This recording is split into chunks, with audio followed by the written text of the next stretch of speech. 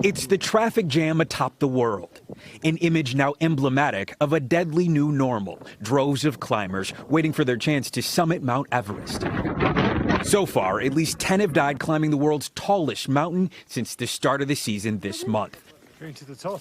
The latest, 44-year-old UK citizen Robin Fisher collapsed and died on the way down after summiting.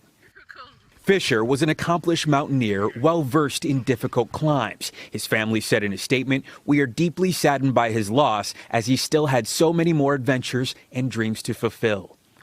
At 29,000 feet, long lines can mean mountaineers are trapped for too long in an area often called the death zone.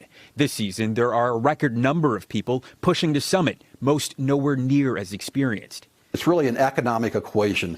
Nepal has monetized Mount Everest. The Nepalese government is now under fire for issuing more than 380 permits to foreign climbers, all required to have a guide or Sherpa.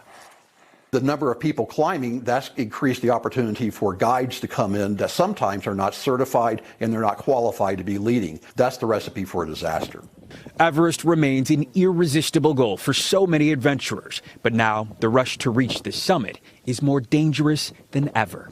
Steve Patterson, NBC News. Hey, NBC News fans, thanks for checking out our YouTube channel. Subscribe by clicking on that button down here and click on any of the videos over here to watch the latest interviews, show highlights, and digital exclusives. Thanks for watching.